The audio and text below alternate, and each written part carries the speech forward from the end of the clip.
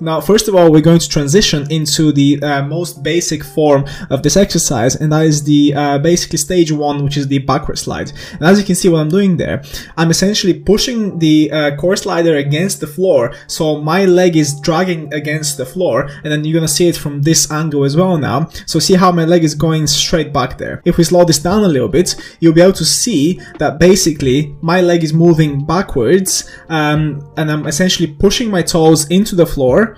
And then when the leg is coming forwards, I'm essentially pushing the leg into the floor as well. And then we're going to transition into the stage number 2, which is the diagonal slide. So everything is exactly the same. The only difference here is that you're sliding the core slider in a bit of a angle, you know, like a diagonal. Okay, you can see it from this even better, how the leg is actually not moving backwards, but there's a bit of a side movement. Now, what this is doing there, you're actually engaging a lot more of the adductors when you're coming back, and you're really destabilizing the opposite hip, you know. So this exercise, this variation is going to be really good for those of you struggling with hip instability, you know, or like adductor weakness. And then we're going to transition into the final stage, which is the sideways slide. Now, from this angle, you may not see a massive difference, but what's happening there, I'm actually pushing my leg as much to the sideways as possible. You'll be able to see it more from this angle now, okay? See how my leg is actually going straight to the side. And then coming back here is a lot more difficult, because what you need to do there, you need to basically engage everything from the bottom of the foot,